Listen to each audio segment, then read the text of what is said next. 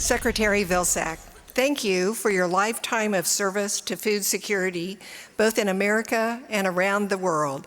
Your commitment to agriculture, innovation, and youth empowerment is inspiring. Today, it is my great honor to introduce another visionary who has made equally important and impactful contributions in addressing poverty and hunger, the Honorable Chu Dongyu, the Director General of the Food and Agriculture Organization of the United Nations. Born to a rice-growing family in China's Hunan province, Dr. Chu studied horticultural science at Hunan Agricultural University and then plant breeding and genetics at the Chinese Academy of Agricultural Sciences. He later added environmental science to his knowledge portfolio while earning a PhD at Wageningen University. Recognized as one of the world's renowned scientists, Dr. Chu has for more than 30 years been directly cooperating with UN systems, with the CGIAR, international financial institutions, and the private sector in formulating numerous projects and initiatives to eradicate hunger, combat malnutrition, eliminate poverty, and sustainably conserve natural resources. Before being elected as the FAO Director General, Dr. Chu served as China's Vice Minister of Agriculture and Rural Affairs. In his current role, the Director General has strongly advocated for the transformation of agri-food systems to make them more efficient, more inclusive, more resilient, and more sustainable.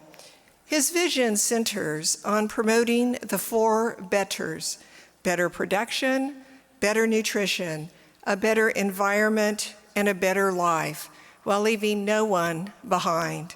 Please join me in welcoming Director General Chu Dongyu to the stage.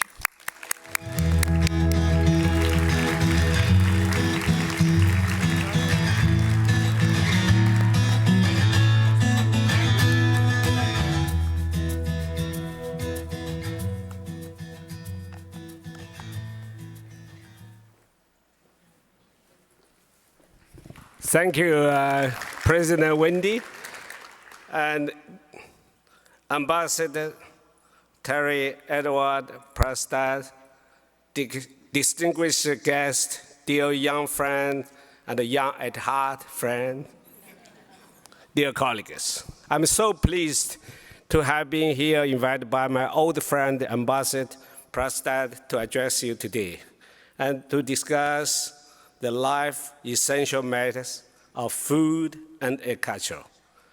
We are here to reaffirm our commitment to work together to bring food and agricultural solutions to the scale needed to increase the quality, quantity, availability, affordability, and accessibility of food for all. You know, this dialogue, it's a set a good theme. I think it's a honest change, but we have to look at the history. May I have a first slide?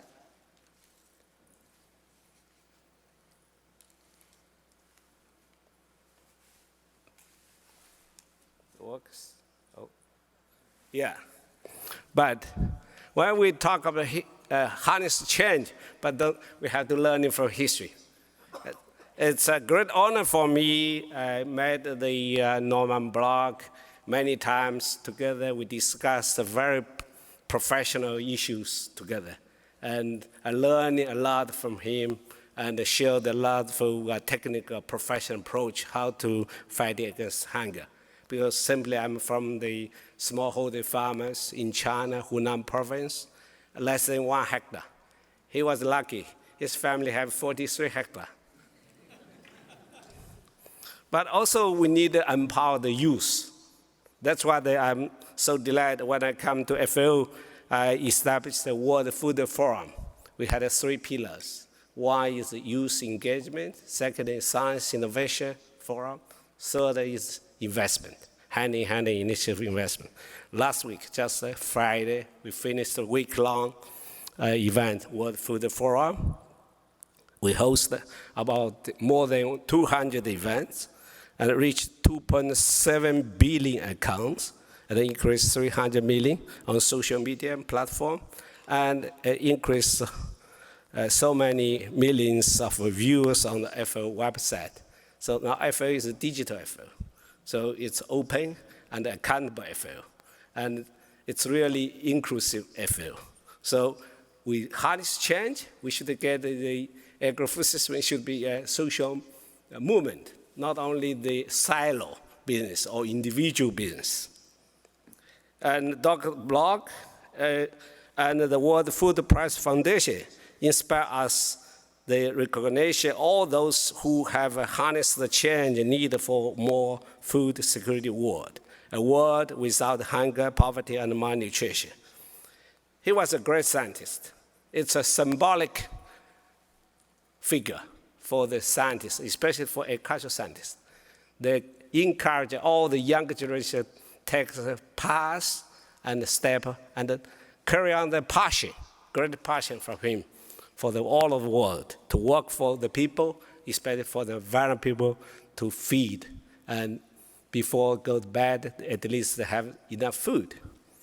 I'm proud of that. I said I have a personal relationship with him. And not only that, you know, they are first the recipient of this World Food Prize is Dr. Swaminathan from India, and also just passed away two weeks ago, I think.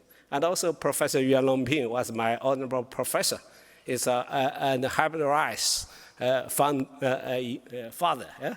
So when I was 11 years old, I started growing the hybrid rice field, you know, in my parents' field by hand. That was in 1973 or 4. Yeah.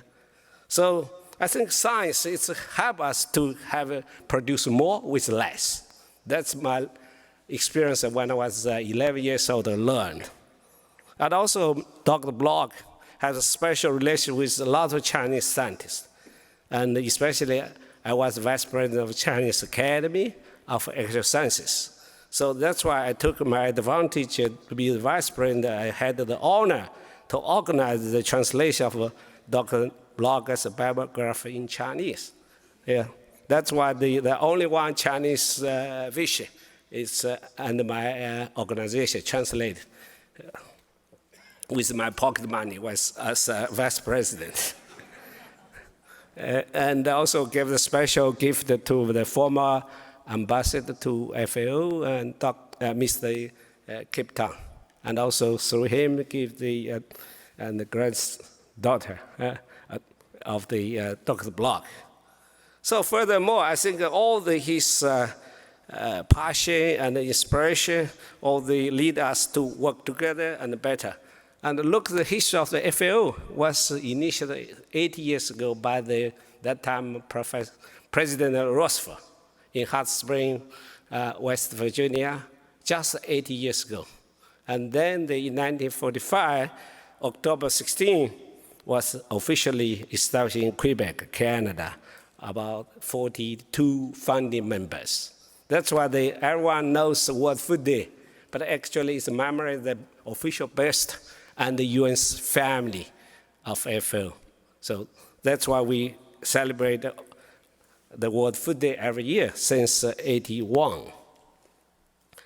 And now it's time for us to go ahead. Look, the historical and just the and also fortunately our first DG is also nutritionist. That's why we are so care about the nutrition levels improvement in the world. But then agriculture started from the production.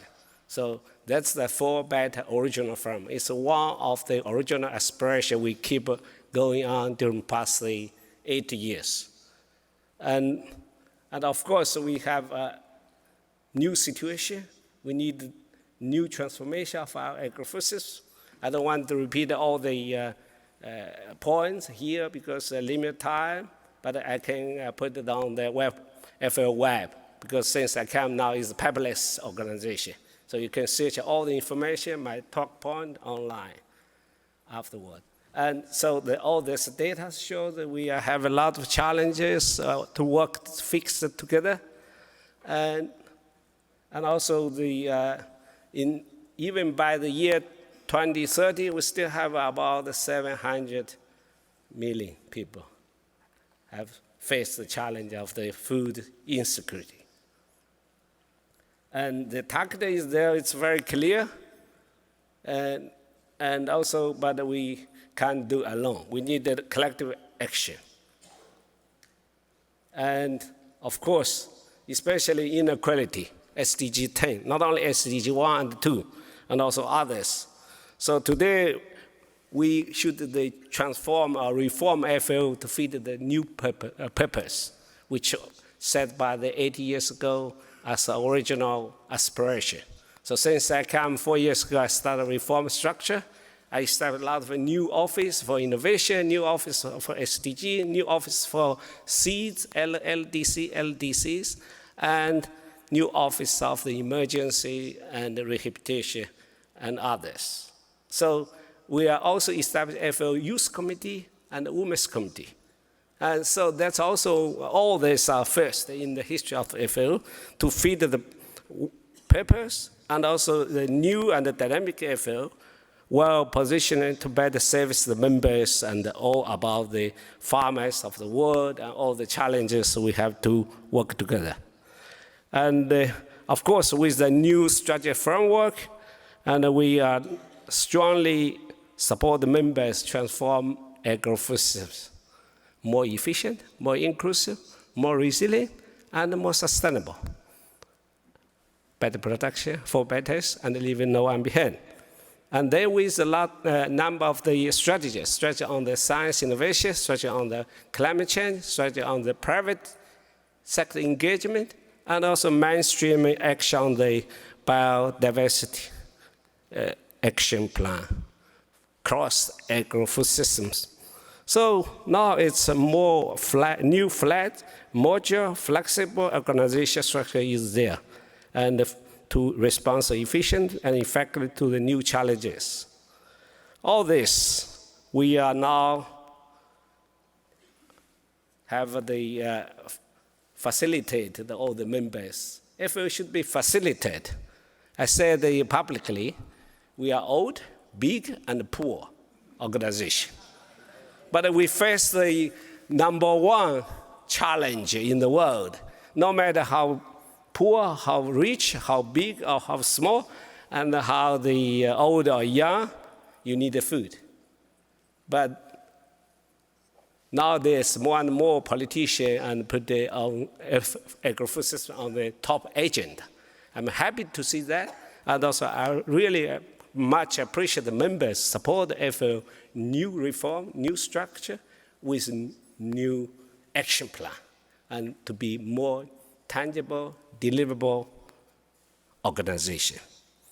Especially United States always as the #1 assessment contribution countries during past almost 80 years. So it's really walk the talk to support the agri-food system transformation.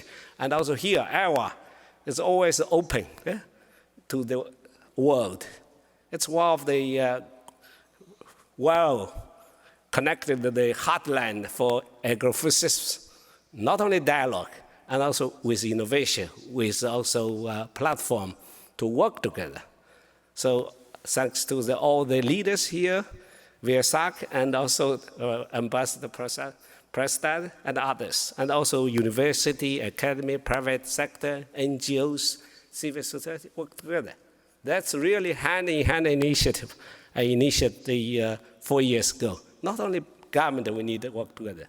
So all the challenges, and Secretary VSAC already mentioned, FAO we are all going to offer, we have been already, of the professional science-based solution, and for the members work together. And so, as he pointed out right minutes ago, And greenhouse gas emissions from agrifood system is some part it's very challenging. So last month, we had the first global conference on the livestock transformation in FAO. And then we had the first global conference on agricultural mechanization. So that's also we need all the tools should be played their role. And also we have to fix or reduce some hotspot. Because carbon nutrient society.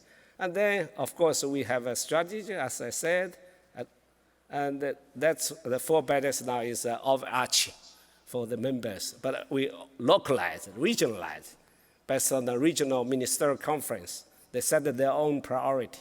And then we have innovation, technology, and the complement and the data, especially big data. That's why I just visited yesterday to the Mississippi State University because they have a super performance compute center.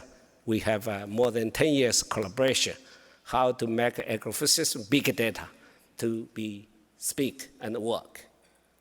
And now, together with FAO technical support, America now they have a new initiative, Vision for Adapted Crop and Soil. They call the VICAS, the Special Envoy Carfala is here. So, but we are enjoying to close cooperation, support the vulnerable countries, especially Africa, to create opportunities and also create the new value added crops for Africa to lead the transformation of agrifood system there. And now is the new FAO. If someone didn't come during the past 4 years, I made a change a little bit. Humbled to report you, show you some slides here. The entrance is changed with a new logo, FAO. So SDG, first UN agency, we use the O SDG ring, and also all the ownership by the members. I put all the flags on there, and also we got a special gift from Holy Father, and remind us we should work for the humanity. Food is the basic human rights. Food is the real basic human rights. And then, of course, during past years, we are not stopping, even the lockdown and the pandemic. We work day and night with my colleagues. So efficient, effective, extraordinary, and lead the excellencies. So that's 4 years.